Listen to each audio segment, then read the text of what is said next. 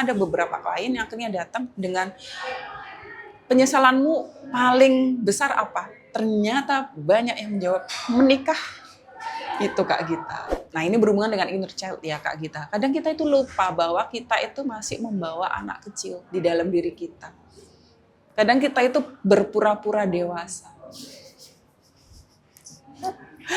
Betul nggak? Betul. Berpura-pura dewasa agar diterima di lingkungan dewasa.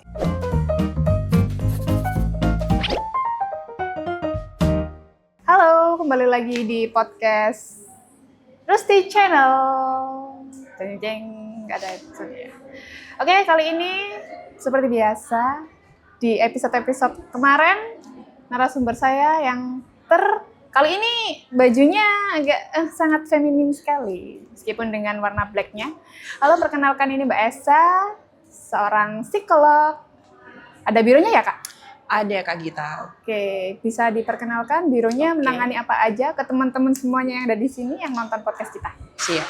Biro saya namanya LP3SHK, beralamat di Sidoarjo, tepatnya di Candi, untuk menangani biasanya asesmen untuk anak berkebutuhan khusus, anak, remaja, dewasa, sampai ke kasus persidangan juga, karena saya juga masuk ke ranah forensik itu.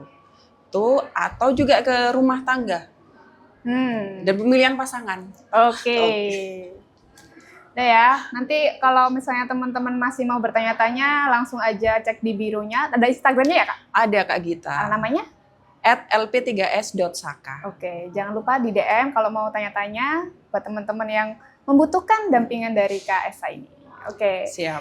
Aku punya pertanyaan kali ini sepertinya akan membahas soal istilah QLC atau quarter life crisis nih Kak. Nah, dalam sudut pandang sosok Kak Esa sebagai psikolog, apa sih quarter life crisis ini? Oke, quarter life crisis, quarter kan seperempat ya. Nah, kalau yang biasanya kalau saya bahas adalah krisis di seperempat abad. Seperempat abad itu berapa Kak Gita? Dari 100? 25. 25. Ya. Nah, betul sekali. Jangan takut untuk menjawab Kak Soal Gita. matematika Kak? Langsung gitu. Lah, seperempat abad ini 25 tahun. Nah, krisis yang dialami adalah keraguan akan dirinya atau tujuan hidupnya. Misalkan seperti ini contohnya, apakah ketika usia 25 tahun, apakah aku sudah sesuai dengan standar sosial? Apakah pencapaianku ini baguskah dengan standar itu? Kayak gitu. Ada keraguan-keraguan atau kecemasan yang muncul dalam dirinya. Gitu Kak Gita.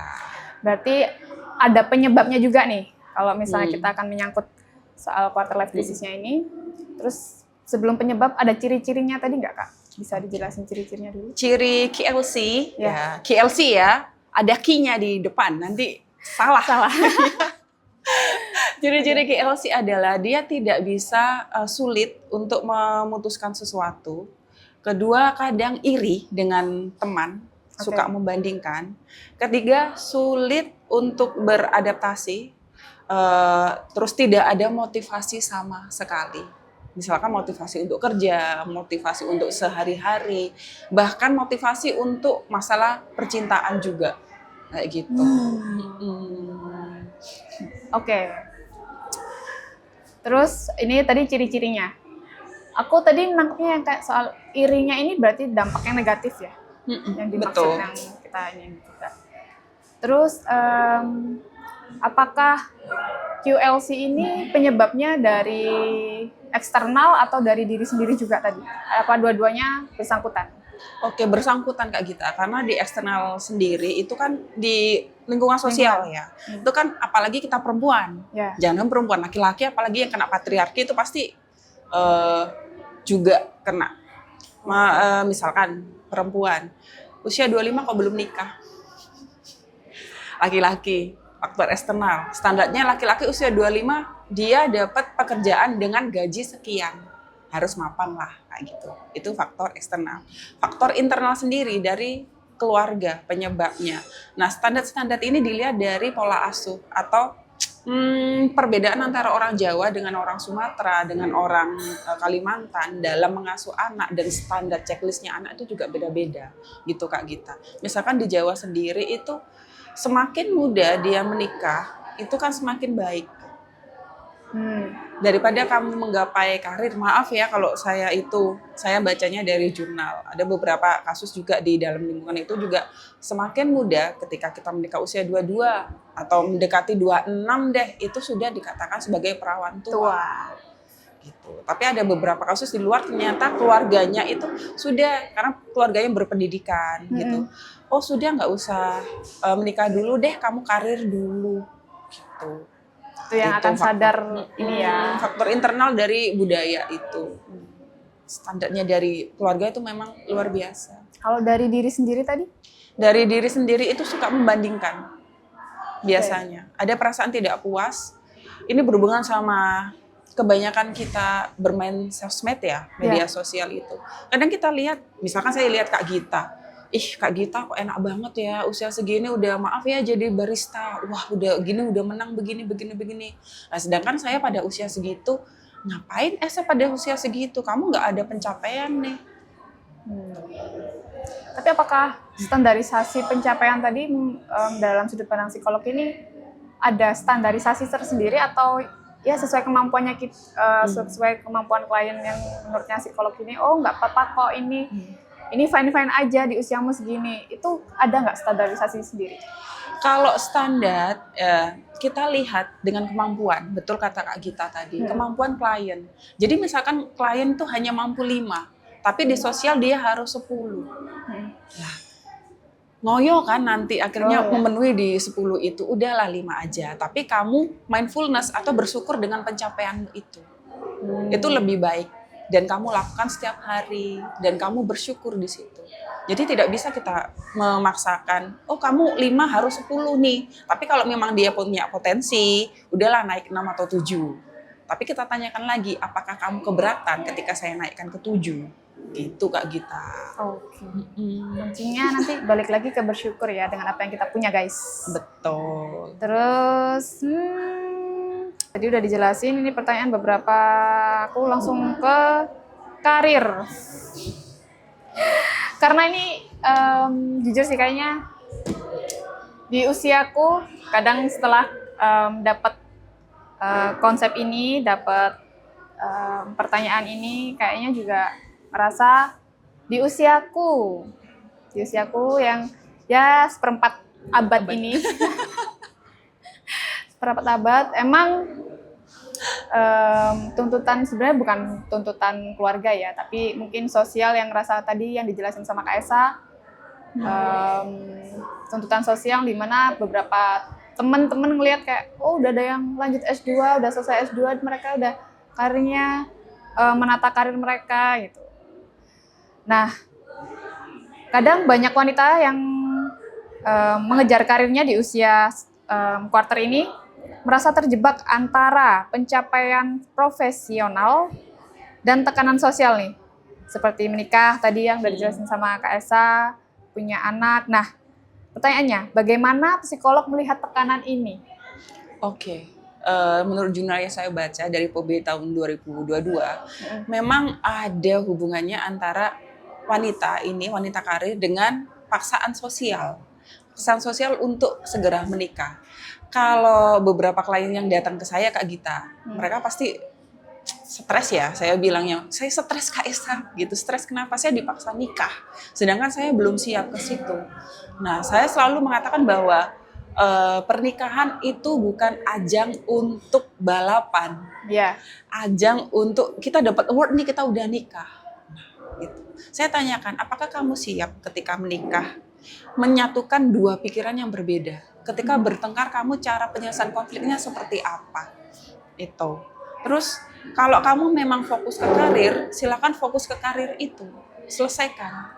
Nikmatilah hidupmu dulu daripada kamu terjebak dengan pernikahan. Di situ kamu akan menyesal karena ada beberapa klien yang akhirnya datang dengan penyesalanmu paling besar apa? Ternyata banyak yang menjawab menikah.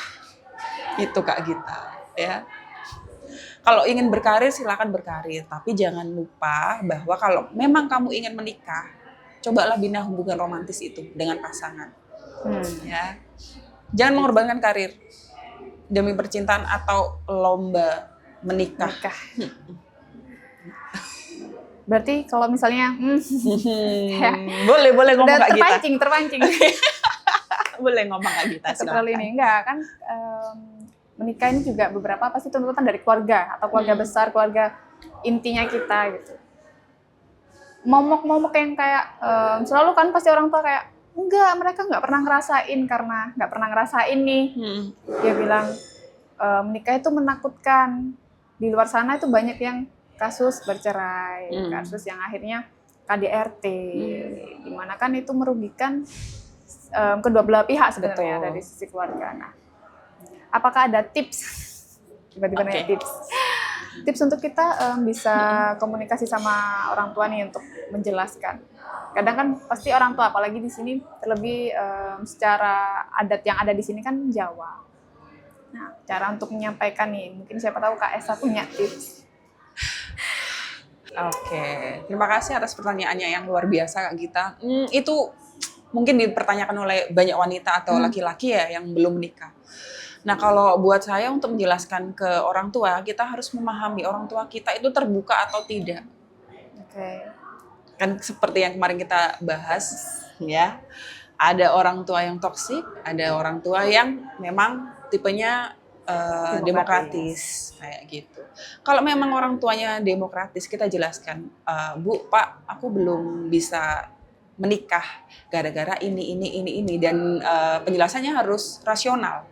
Jangan seperti aku nggak mau nikah, aku takut KDRT lah. KDRT yang seperti apa? Kayak gitu. Kan itu belum kamu jalani juga. Kayak gitu. Harus realistis alasannya. Tapi kalau sama orang tua yang istilahnya tidak bisa kita jelaskan atau memang mau semenangnya sendiri, kita tidak perlu menjelaskan terlalu banyak. Pokoknya aku mau mencapai ini dulu. Alasannya ya harus realistis. Aku harus kuliah dulu. Aku selesai kuliah, nanti aku sambil cari pasangan atau cari suami atau istri. Nah, nanti boleh ibu atau bapak men-screening. Kita screening tidak hanya dari aku aja, tapi dari ibu sama bapak, sama keluarga besar seperti apa. Jangan sampai kita kecintaan sendiri, ternyata ada bibit-bibit toksik yang tidak kita tahu. Kayak gitu Kak Gita. Dan kalau misalkan ada yang tanya, Bude, Pak D, Bule, Pak Le, itu menyebalkan waktu kita hari raya ya. Habis ini kan Idul Adha ya. Iya betul, itu salah satu poin pertanyaan. Kalau buat saya ketika dalam posisi itu, saran saya adalah cukup disenyumi, doakan aja gitu. Kalau orangnya ngejar, udah tinggal kabur. Karena kita tidak perlu menjelaskan sama orang yang hanya kepo sama hidup kita Kak Gita. Begitu. Nah, kan bakal membantu banyak. Betul. Dijulit, maaf. Makasih banyak tips dari Kak Esa yang sangat amat penting dan bermanfaat buat kita. Oke, lanjut. Aku mau bertanya nih. Silahkan. Bagaimana kita bisa tahu bahwa kita dalam keadaan kelelahan emosional karena quarter life crisis ini dan bukan hanya stres kerja biasa yang biasa rutinitas kita. Oke, kelelahan emosional sama KLC itu sebenarnya saling bersinggungan, cuma berbeda ya Kak Gita. Kita lihat waktunya, karena quarter life crisis itu ada waktu. Waktunya dari usia 22 mungkin sampai 25 sampai awal 30-an. Kayak gitu. Dan itu pasti akan selesai. Tapi kalau kelelahan emosional ini bisa dari sebelum 25 tahun, bisa usia 15, usia 10 tahun karena orang tuanya toksik mungkin ya. Terus dibawa sampai akhir. Itu. Waktunya berbeda. Terus penyebabnya juga berbeda. Kalau quarter life crisis adalah merasa dirinya tidak mampu dengan kondisi dia pada waktu itu. Tapi kalau kelelahan emosi, itu penyebabnya tidak hanya quarter life crisis, tapi banyak. Mungkin keluarga, terus sekolah, terus pendidikan kan masuk sekolah itu, terus lingkungan pertemanan, itu Kak Gita. Oh, tapi berdampingan ya? Iya, bisa. Quarter life crisis bisa menyebabkan kelelahan emosi. Kali ini cara bertahan dan menghadapi quarter life crisis. Oke, sebenarnya bertahan dari quarter life crisis ini gampang-gampang susah Kak Gita. gampang-gampang susah. Oke. Yang pertama adalah tidak perlu membandingkan diri kita dengan orang lain. Kadang kita lihat seleb tweet, seleb X ya sekarang, sama selebgram, seleb TikTok. Kok dia hidupnya kok enak ya? Dia gitu aja udah dapat uang banyak. Kita tidak tahu posisi dia atau perjalanan dia seperti apa. Kayak gitu. Terus yang kedua adalah fokus dengan tujuan. Maksudnya fokus dengan tujuan kita adalah, oh aku tujuanku adalah hari ini untuk misalnya ke rooster, ya udah aku fokus ke rooster aja. Terus mau belajar apa? Belajar baking kayak belajar apa? Ya udah aku belajar baking. Terus yang ketiga, syukuri apa yang ada di dalam diri kalian. Ya. Yang keempat, tuliskan kelebihan-kelebihan kalian. Kadang kita lupa. Coba nanti Kak Gita, kelebihannya apa, kekurangannya apa? Pasti lebih banyak kekurangan daripada kelebihan. Karena kebiasaan manusia itu lebih melihat negatifnya daripada positifnya dalam diri. Itu Kak. Itu tipsnya. Cara bertahan tadi ya menghadapi QLC. Tetap poinnya itu bersyukur.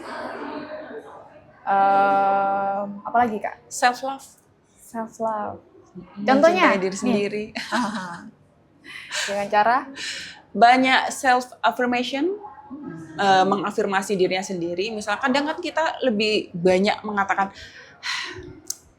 aduh Esa, kamu gendut banget kayak gitu. Kamu gini aja nggak bisa. Nah, coba gini. Oh iya, ternyata daripada kamu kemarin saya kena vertigo ya. Aduh. Gitu. Oke. Aku sehat sekarang, bersyukurlah aku hari ini tidak terkena vertigo, berarti tidurku nyenyak, tidurku apa, itu self affirmation. Terus mengatakan bahwa dirinya, misalkan ke saya, kamu hebat loh Esa, bisa bertahan sampai detik ini, di usia segini, dengan masalah yang bla bla bla bla. Itu self affirmation. Terus deep talk atau self talk sama diri sendiri.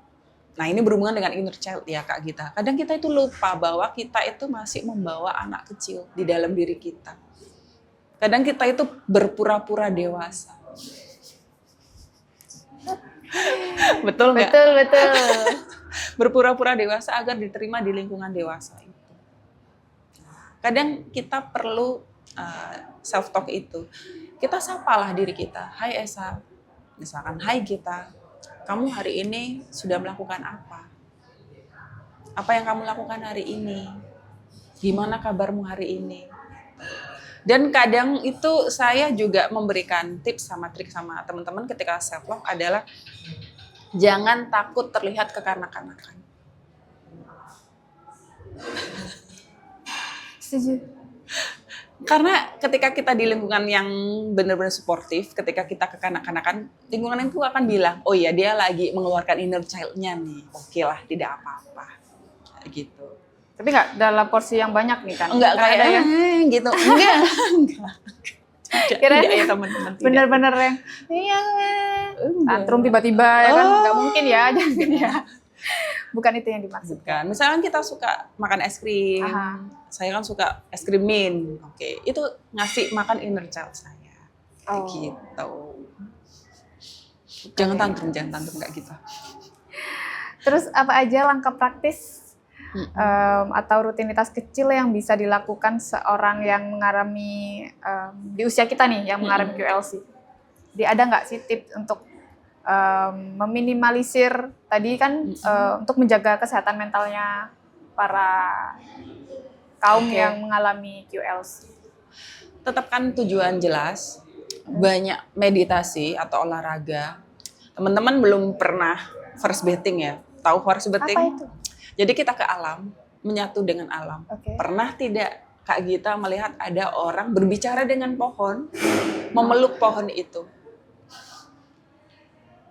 Itu namanya forest bathing. Jadi energi alam itu akan berpindah ke kita. Itu cobalah nanti dipraktekkan. Mungkin kelihatan kayak orang gila sih Kak Gita. Nah, itu sih dalam pikiran kayak ya orang-orang lihatnya gimana ya?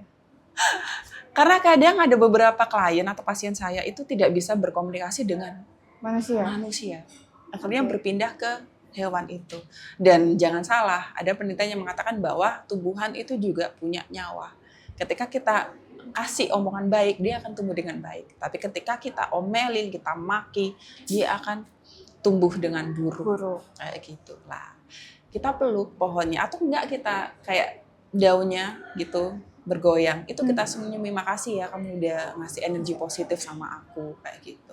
Ada beberapa penelitian juga, sampai saya lihat videonya itu, pohon diajak ngomong, kalau kamu mendengarkan aku, sentuh pundakku. Ternyata pelan-pelan angin itu membuat dia menyentuh Pundaknya. Iya, kayak gitu. Gitu. Udah ada penelitiannya guys. Jadi jangan takut dikatain. Jangan takut dikatain gila. Gila.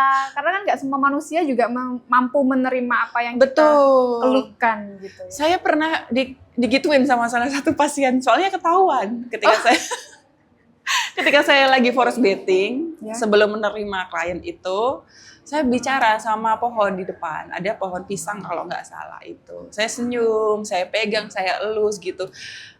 Orangnya, Bu Elsa, nggak apa-apa. Oke, akhirnya saya kasih penelitian itu. Ternyata ada loh yang namanya forest bathing. Oke. Meditasi, yoga itu bagus, Kak. Itu untuk ketenangan apa? Kalau ketika cemas, itu salah satu pelepasan energi ketika cemas. Gitu, bisa journaling juga. Dan yang paling penting adalah karena KLC ini adalah pertarungan dengan pikiran kita sendiri ya. Tapi tidak dilakukan. Jadi kalau buat saya, ubahlah pikiran menjadi tindakan. Jangan cuma bertarung aja di dalam pikiran. Karena kalau yang saya tahu, apa yang kamu pikirkan itu belum tentu benar. Bukan saya tidak memvalidasi ya. Kadang kita kalau belum melakukan itu, kita overthinking dulu. Udahlah, makanya ada motto saya, just do it. Lakukan aja dulu. Persoalan salah, benar. Meskipun salah, bisa kita perbaiki. Kita bisa tahu loh, ini yang salah yang mana. Manusia tuh belajar sampai akhir soalnya Kak Gita. Tidak memandang usia, jangan merasa dewasa, yang selalu benar.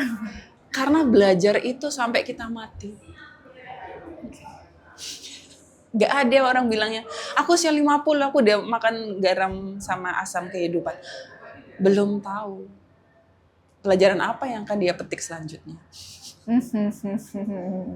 Next capture. Gitu. Oke, ini tadi ada lagi nggak? Mungkin dari Kak Esa pribadi yang mungkin kliennya mengalami, ada nggak sih Kak? Punya klien nih, tiba-tiba kayak, Kak, apakah aku baca-baca nih ada istilah quarter life crisis nih, apa aku salah satu yang mengalami itu? Gitu. Ada nggak sih? Punya nggak klien? Jangankan itu, kemarin ada beberapa anak SMA juga yang udah KLC.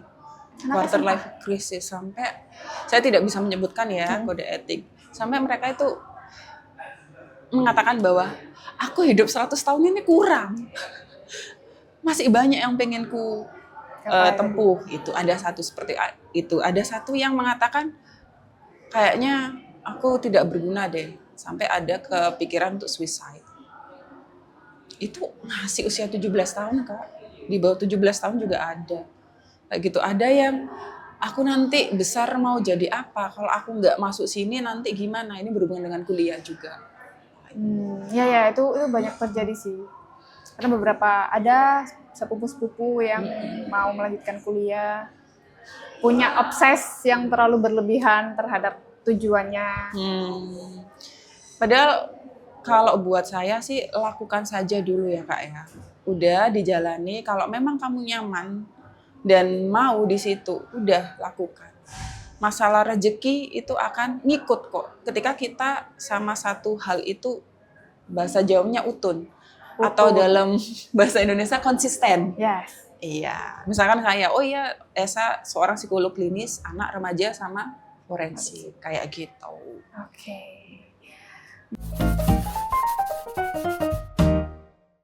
Nah, oke, Kak Esa, kan dari tadi ngobrol terus nih. Haus gak sih? Aduh, haus sekali Kak Gita. Udah ngopi belum? Belum dong. Belum. Ini sponsor kita dari Rooster. Seperti biasa, Kak Esa Americano dengan tumbler baru kami. Aku kopi susu, guys. Lucu banget ini. Minum dulu. Ini ternyata bisa dibuka 2 arah ya Kak Gita ya? Betul. Oh. Nanti bisa dicek out di Shopee Rooster ya. Atau langsung datang di cafe kita boleh. Lucu banget. Jadi buat ada yang punya anak mungkin bisa ya pesen yang ini karena ada sedotan. Trownya. Bisa langsung aja check out di Shopee atau langsung datang ke Rooster Coffee. Siap. Banyak pilihan warna yang lucu-lucu. Oke, Sesuai lanjut. dengan ini ya, era Betul. sekarang. Now, zaman now. Oke, pertanyaan berikutnya. Apakah penting untuk mengambil jeda ketika kita mengalami quarter life crisis ini atau lanjut berproses, digas terus sampai akhirnya dia terlalu Overthinking. banyak overthinking sendiri. Ada nggak sih? Perlu nggak sih, Kak? Perlu Kak Gita, karena apa? Ketika seperti yang saya jelaskan, KLC ketika tidak tertangani dengan baik akan menimbulkan kelelahan emosi. Kayak gitu. Harus cari jeda karena itu akan membuat KLC sendiri kan udah overthinking sama demotivasi. Demotivasi adalah tidak ada motivasi untuk hidup atau melakukan sesuatu. Ambillah jeda, tapi tidak terlalu lama. Mungkin paling lama seminggu itu. Nah, caranya untuk mengambil jeda, kegiatan apa aja? Bisa dengan liburan, melakukan hobi, tidak hanya hobi yang dahulu. Kadang kita dewasa itu terlalu sibuk mencari uang, sama terlalu bersosial, jadi melupakan hobi-hobi lama. Seperti kemarin saya akhirnya mancing lagi, saudara-saudara. Mancing ikan kan? Bukan mancing Pekara, nggak ikan. Mancing ikan. Oke. Terus itu hobi lama saya, akhirnya balik lagi. Itu terus dengan liburan, terus melakukan hobi. Dan juga seperti yang tadi, meditasi, yoga, olahraga. Karena olahraga ternyata dari beberapa jurnal yang saya baca, itu juga menimbulkan hormon-hormon kebahagiaan juga Kak Gita. Mengurangi overthinking juga. Yoga, Apapun. Pilates. yang agak-agak mahal ya. Agak mahal ya Bu. Makanya kerja keras dulu. Nah, berarti harus jeda itu sangat penting nih. Penting. Kalau kita tidak ngasih jeda sama sekali, kita istilahnya terabas, itu akan menimbulkan level stres lagi, nambah level stres lagi. Terus nih, bagaimana cara membedakan antara quarter life crisis yang masih bisa kita tanganin dengan nanti ternyata ini udah terlalu mentok, maksudnya terlalu banyak overthinking, akhirnya butuh tenaga profesional itu. Oke, kalau misalkan bisa kita tangani, kita lihat waktunya. Mungkin seminggu, 2 minggu, itu oh iya aku udah balik nih ke kehidupanku atau aktivitasku sebelumnya. Tapi kalau udah sebulan, 2 bulan, sampai 3 bulan mengganggu tidur, mengganggu interaksi sosial kita, sampai mengganggu pola makan kita, nah itu baru kita oke lah aku ketemu ahli. Tapi pastikan, selalu saya garis bawahi Kak Gita, ketika ketemu ahli pastikan memang kamu merasa aku ada yang salah gitu. Jangan sampai ketemu ahli nanti enggak kok, enggak gitu, enggak mau nerima. Banyak. Aduh, itu pasti saya omongkan ke pasien seperti ini. Ini saya ada saran seperti ini, kakak mau melaksanakan oke, tidak mau melaksanakan oke. Ketika mau melaksanakan, ada positifnya seperti ini, ada negatifnya seperti ini. Mungkin effort ya. Kalau tidak mau melaksanakan, itu hak kakaknya, atau hak ibu atau bapaknya. Kita kan tidak bisa memaksa pasien untuk merubah perilakunya. Kalau enggak atas dasar keinginan dia sendiri Kak Gita. Gitu. Karena untuk sembuh itu balik lagi ke diri sendiri gitu ya Kak. Iya. Maka tenaga profesional ini membimbing istilahnya. Oke, thank you Kak Esa. Terima kasih Kak Gita. Dalam pembahasan QLC yang sangat amat banyak nih yang perlu dipetik ya buat teman-teman. Nanti kalau butuh pertanyaan, boleh nggak sih DM? Oh boleh. Nanti Suruh DM, promo terus gitu. DM di Instagram lp3s.saka aja gitu Kak Gita. Dengan garis bawah yang tadi udah dijelasin sama Kak Esa ya guys. Iya. So, thank you Kak Esa. Sampai Sama-sama. jumpa di next episode. Jangan bosan-bosan dengan pertanyaan-pertanyaan para gak sih aku sendiri sama timku. Thank you. Bye bye. Sampai jumpa di next episode.